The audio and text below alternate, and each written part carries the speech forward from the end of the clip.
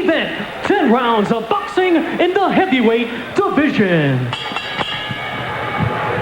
Introducing to you first, fighting to my left out of the red corner, he's wearing white trunks with black trim and weighed in at 243 pounds. Hailing from Brooklyn, New York, he has a professional record of 25 wins, 5 losses, with 19 wins coming by way of knockout. Ladies and gentlemen, please welcome Ray Annis.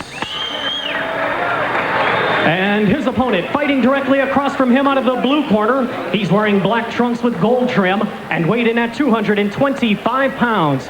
Coming to us from Miami, Florida, he has a professional record of 41 wins, 6 losses, with 37 wins coming by way of knockout. Ladies and gentlemen, please welcome Phil Jackson. Here you go, Phil. Once again, the referee in charge, Fred Steinwender III, to give the instructions. Hey, look, both receive your instructions earlier. Look, listen to my commands at all times. Protect yourself at all times. Touch gloves, come out, fight. Good luck. So we are set to go between these two big guys.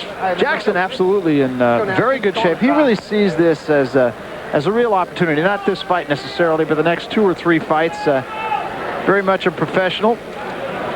Well, he's had a very good year, Phil Jackson. He's had wins over Bryant Smith, Gerard Jones by knockout, Alex Stewart by decision. He's coming on and feels like he's fighting better than ever. And he may be. He might be right in that assessment.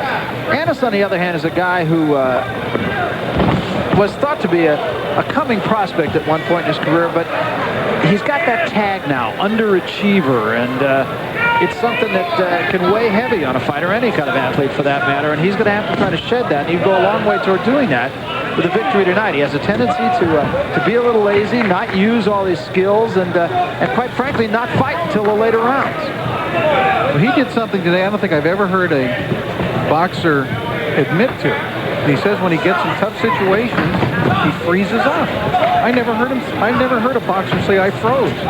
And he said it, and on a couple of occasions, and he feels that was his biggest problem when he's had some big fights against good opponents. The fact that he just, froze up. Said he did it against Michael Grant, who is a guy that everybody, of course, is talking about as the next great heavyweight. Showing a pretty good jab. That is one of his skills. Very stationary early in this fight.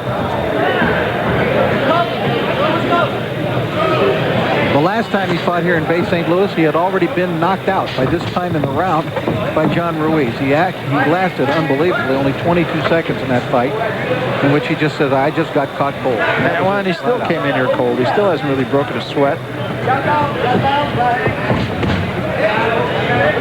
You've been around the sport a long time. How many times have you seen that? It happens often. Yes, it really makes a difference.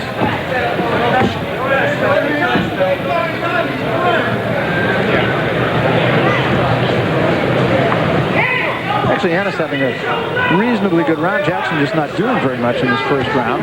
Short with that punch and a left hand to the body. Phil has shown very, I wouldn't say extraordinary, but he's got real thudding power in that right hand especially. That right cross of his is a real big punch. There's a right hand from Anderson, a pretty good chopping right hand. What's the hands out of that? Remember they used to talk about Mike Tyson throwing punches with bad intentions. That right? Phil Jackson is of that ilk. Anderson coming with the right hand well behind the jab. He missed with that one, but it's an effective jab.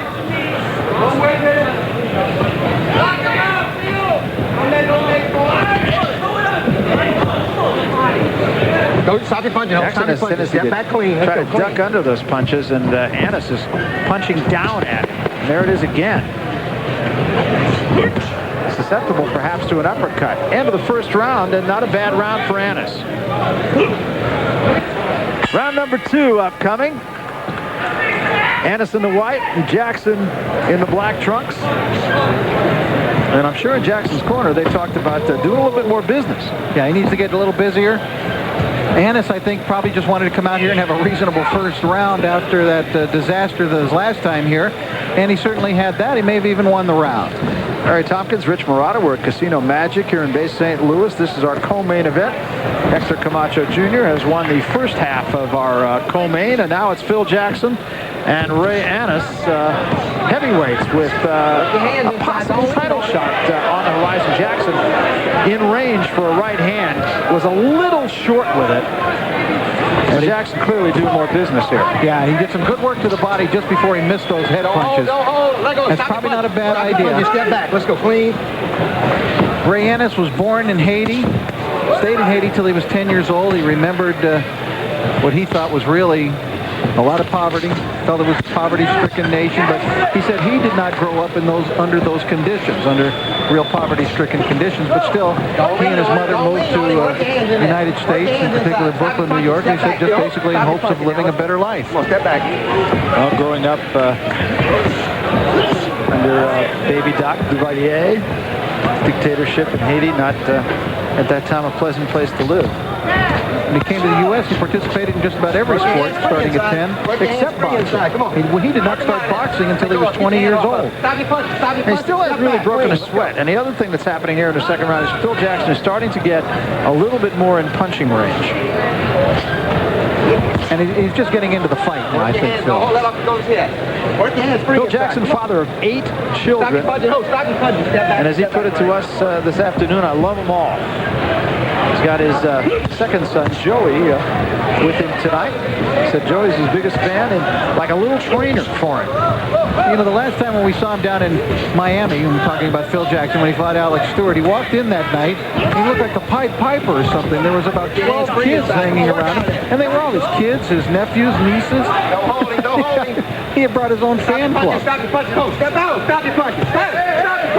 He said the only problem with having his son on the trick here, he keeps him up talking till 2 o'clock in the morning.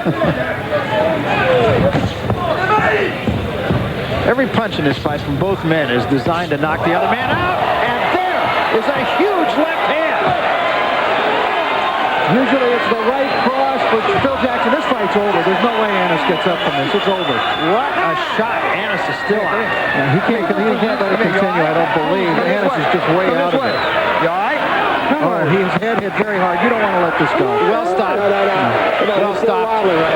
You know, usually it's the right cross with Jackson. I think that's the first time we've really seen him do that kind of thing. Barry with the left hook. That was a tremendous shot, and I'm glad the referee stopped it because it was one of those double concussions. He hit his head very hard on the canvas. And remember, you and I, about an hour before the fight, were tapping on the ring here just to see what this ring was all about. It's a very hard ring. It's not a well-cushioned ring.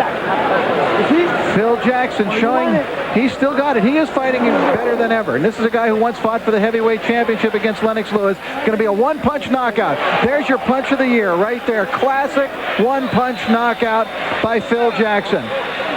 Look at that shot. I don't think we've seen a better punch all year long. Maybe since this series has been on the air. What a beauty.